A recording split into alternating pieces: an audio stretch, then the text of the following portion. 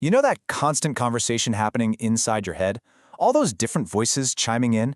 But have you ever stopped to ask how much of that is actually you? Well, today, we're going to draw a map of that inner world. We're going to finally learn how to tell those confusing voices apart. Does this hit home for you? It's that quiet, nagging feeling, right? On paper, everything looks good. Everything makes sense. But deep down, something just feels off. It's not some big, loud crisis. It's a whisper. A sign that maybe, just maybe, you're living a life based on a script you never actually wrote for yourself. I mean, really think about that for a second. What if a lot of the thoughts you assume are your own are actually just echoes? Old recordings from your parents, from society, from things that happened years ago, all playing on a loop and pretending to be your own inner wisdom.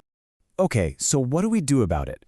This is where we shift from just noticing the problem to finding a real solution.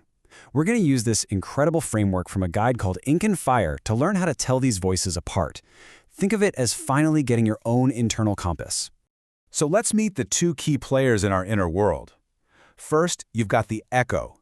These are those rehearsed survival scripts we've all memorized to stay safe. And then there's the original voice. That's the real you, your authentic, creative, inner wisdom. That's the part of you that knows the way home. This is the whole thing right here. This is the ultimate test. It's so simple but so powerful. If a voice inside you can only play back the past, if it can only repeat what's already been said, it's an echo.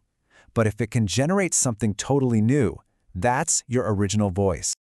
All right, let's put this into practice. Our very first test for any inner voice is all about its function. You have to ask yourself, is this thought actually creating a new possibility? Or is it just hitting replay on a really, really old track? An echo is pure rehearsal. It's nothing more than a playback of old memorized fragments that, at one point, probably kept you safe. But because it's just a historical recording, it literally can't create a new future for you. Your original voice, on the other hand, is all about creation. It speaks words that feel alive, that open up new doors. And you can actually hear the difference in their language. Echoes give you these harsh verdicts. You're behind. Don't rock the boat. Stay small. They're commands from the past. But the original voice, it asks these amazing, expansive questions.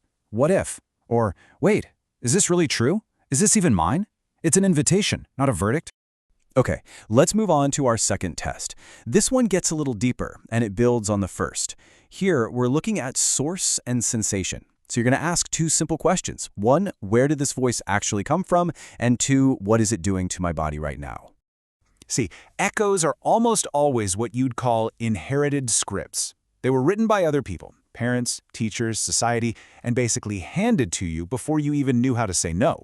But the original voice, it's described as ancient and strangely familiar. It comes from that core part of you that's always been there. The metaphors for this are just perfect. The echo is like living in a museum of conclusions you never even agreed to. You just found yourself there. But the original voice, it doesn't burst in. It arrives with the gentle certainty of rain. It's a truth that feels like a song you forgot you knew. Now, this next part is absolutely crucial because your body knows the difference even when your mind is confused. We're talking about the somatic test. When you hear an echo, your body literally constricts. It tightens up. But when your original voice speaks, your body does the opposite. It expands. It opens. So start paying attention to these signals. Constriction can feel like a knot in your stomach, that tightness in your throat, or even a dull ache behind your eyes. But expansion, that feels completely different. Your shoulders drop, you take a deeper breath, your jaw unclenches. It's like a warmth spreading through your ribs. Seriously, your body is the most honest compass you have. And that brings us to our third and final test, tone and volume. Because it's not just about what's being said, it's about how it's being said.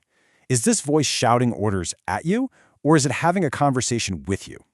Echoes are almost always loud. They're frantic. They're sharp. They try to create this sense of panic and urgency. The original voice is the complete opposite. It's quiet, it's steady, it's unhurried. It doesn't need to scream or make demands. It just reasons or invites. It speaks with a calm mercy. And remember this, because it's so easy to forget. We're all conditioned to pay attention to the loudest voice in the room, right? Or the loudest voice in our heads. But intensity is not the same thing as truth. The loudest voice is often just the most scared one, not the wisest. So let's pull all of this together. It's actually pretty clear when you see it laid out. In terms of function, you've got rehearsal versus creation. For sensation, it's constriction versus expansion. And for tone, it's loud and frantic versus quiet and steady. This is your new quick reference guide for navigating your own mind. Okay, so we've got the map, we know what to look for. The big question now is how do we actually use this in the moment when things get noisy? Well, we're going to wrap up with a really simple, actionable practice you can use anytime you need to find your truth. It all boils down to these 2 simple steps. First, when you hear a strong inner voice, just pause and name it. Is this an echo, or is this the original? And second, immediately check in with your body. Where are you feeling this? What is it physically doing to you? Here's your dead giveaway. If the voice feels like a command, not an invitation, and it makes your body clench up and feel small and tight, you could be 100% certain you're hearing an echo. It's just a recording from your past trying to run your present. And here's the other side of that coin. If the voice feels like a calm, gentle invitation, and it creates this sense of space and steadiness and expansion in your body, then you know you're hearing your original voice. You are hearing your own truth. So at the end of the day, it all comes down to this one question. The echoes in your head are just ghosts. They're stuck on repeat. They can't build anything new for you. Your original voice, no matter how quiet it seems, is the only part of you that can actually create. So, which one are you going to let write the next chapter of your story?